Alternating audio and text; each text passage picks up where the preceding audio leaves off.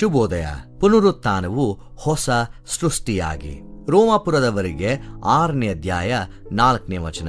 ಈಗಿರಲಾಗಿ ನಾವು ದೀಕ್ಷಾ ಸ್ನಾನ ಮಾಡಿಸಿಕೊಂಡಾಗ ಆತನ ಮರಣದಲ್ಲಿ ಪಾಲುಗಾರರಾಗಿ ಆತನೊಂದಿಗೆ ಹೂಣಲ್ಪಟ್ಟೆವು.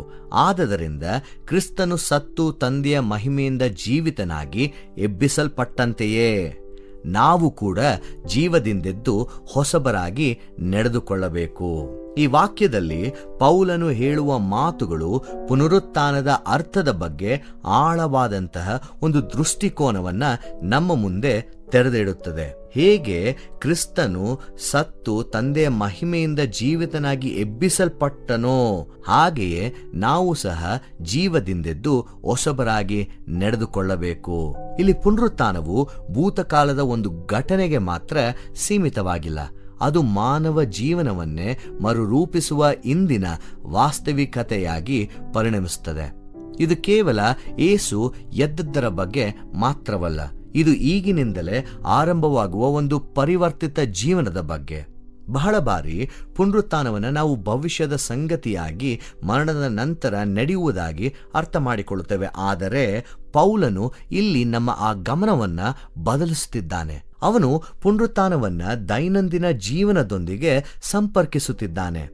ನಡೆಯುವುದು ಎಂಬ ಭಾಷೆ ಚಲನೆ, ದಿಕ್ಕು ಮತ್ತು ನಿರಂತರತೆಯನ್ನ ಸೂಚಿಸುವಂತದಾಗಿರ್ತದೆ. ಹಾಗಾಗಿ ಈ ಪುನರುತ್ಥಾನವು ನಂಬಬೇಕಾದ ಒಂದು ಕ್ಷಣ ಮಾತ್ರವಲ್ಲ, ಅದು ಬದುಕಬೇಕಾದ ಒಂದು ಮಾರ್ಗವಾಗಿದೆ ಎಂಬುದಾಗಿ ತೋರಿಸಿಕೊಡುತ್ತಿದ್ದಾನೆ.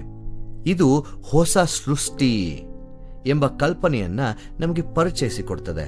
ಪುನರುತ್ಥಾನವು ಹಳೆಯ ಜೀವನಕ್ಕೆ ಹಿಂತಿರುಗುವಿಕೆಯಲ್ಲ ಅಥವಾ ಈಗಿರುವುದರ ಸರಳ ಮುಂದುವರಿಕೆಯಲ್ಲ, ಅದು ಸಂಪೂರ್ಣವಾಗಿ ವಿಭಿನ್ನವಾದುದರ ಆರಂಭವಾಗಿದೆ. ಹಳೆಯ ಮಾದರಿಗಳು, ಗುರುತುಗಳು ಮತ್ತು ದಿಕ್ಕುಗಳು ಇನ್ನು ಮುಂದೆ ವ್ಯಕ್ತಿಯನ್ನ ನಿರ್ಧರಿಸುವುದಿಲ್ಲ.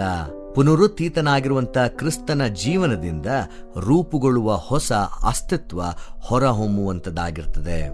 ಹಳೆಯದು ಮತ್ತು ಹೊಸ ದಿನ ನಡುವಿನ ವ್ಯತ್ಯಾಸ ಇಲ್ಲಿ ಮುಖ್ಯ. ಹಳೆಯ ಜೀವನವು ಹಲವು ವೇಳೆ ತಪ್ಪಿಸಿಕೊಳ್ಳಲಾಗದ ಚಕ್ರಗಳಿಂದ ಕೂಡಿರ್ತದೆ. ಅಭ್ಯಾಸಗಳು, ಭಯ, ಒಡೆದು ಹೋದಂಥ ಅನುಭವಗಳು ಮತ್ತು ತಿರುಗಿ ಬರುವಂತಹ ಅದೇ ರೀತಿಯಾದಂಥ ಮಾದರಿಗಳು.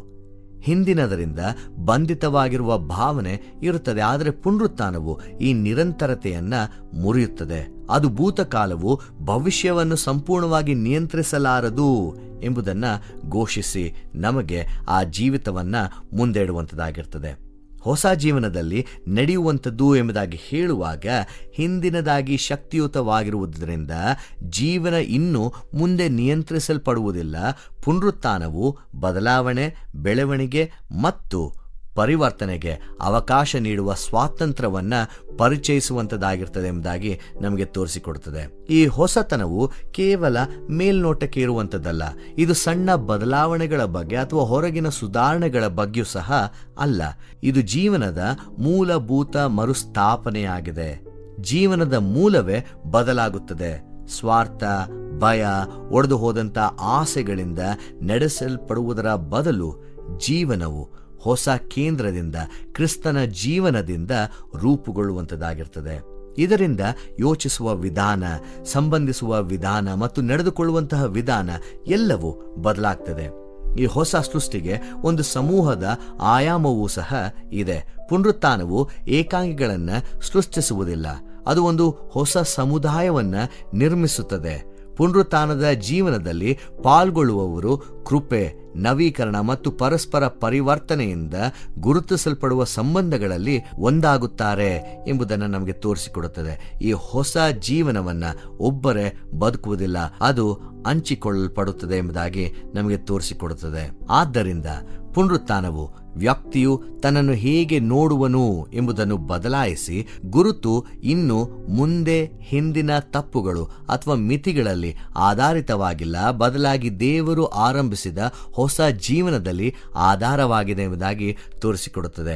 ಇದು ನಾನು ಏನಾಗಿದ್ದೆ ಎಂಬುದರಿಂದ ನಾನು ಏನಾಗುತ್ತೇನೆ ಎಂಬುವಂತಹ ಎಡೆಗೆ ಒಂದು ಬದಲಾವಣೆಗೆ ನಮ್ಮನ್ನ ಕರೆಯುವಂಥದ್ದಾಗಿರ್ತದೆ.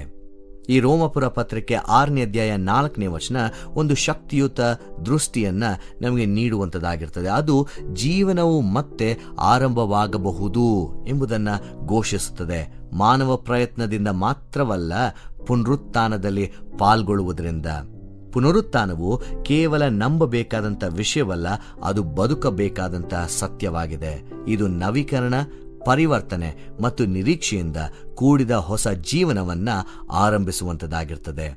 ದೇವರು ನಿಮ್ಮನ್ನು ಆಶೀರ್ವದಿಸಲಿ.